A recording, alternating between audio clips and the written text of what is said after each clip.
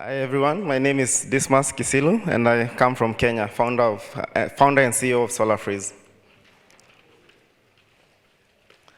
So this is Mama Sarah, Mwende, and Grace.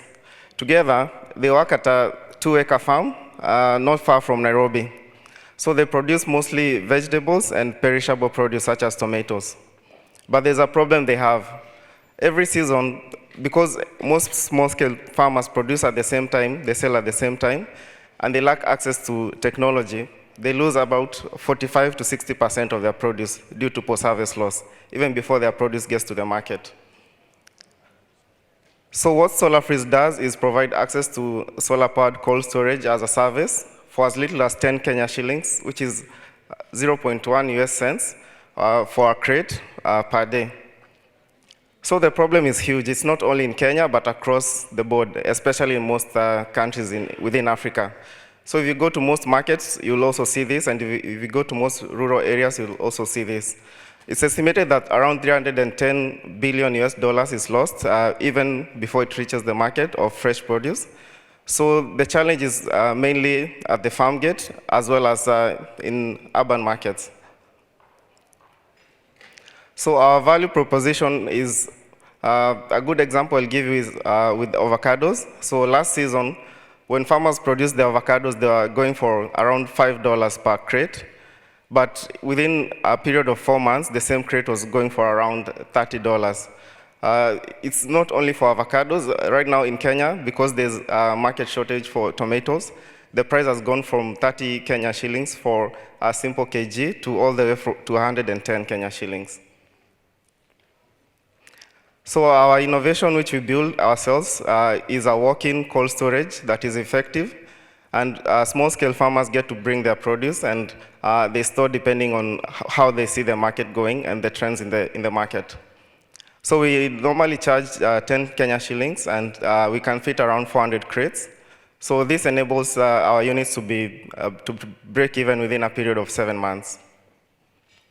We also use data to inform the farmers about better prices and where they can sell their produce, for example, to supermarkets or to more formal traders such as restaurants who have bulk orders for certain produce.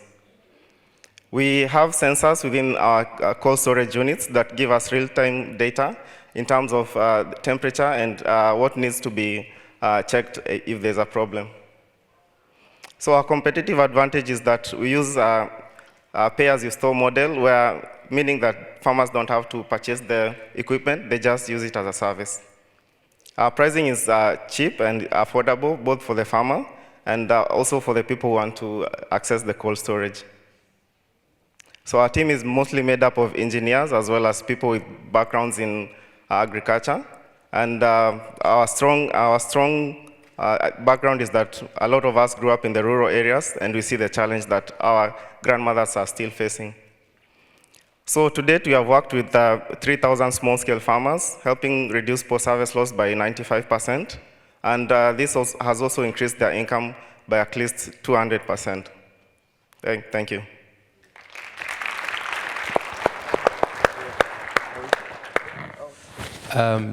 Dismas, thank you for the presentation. It's really interesting idea, actually. I think it's genuinely innovative.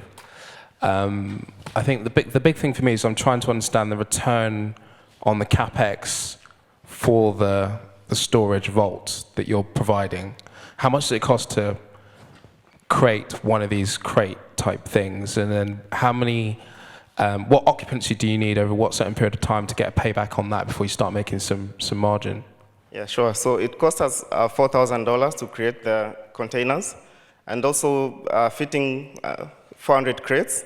We need a capacity of 70% utilization to break even within 6 months. Is that 70% occupancy every day for 6 months? During the season, yeah. Okay, during the season. All right, thank you.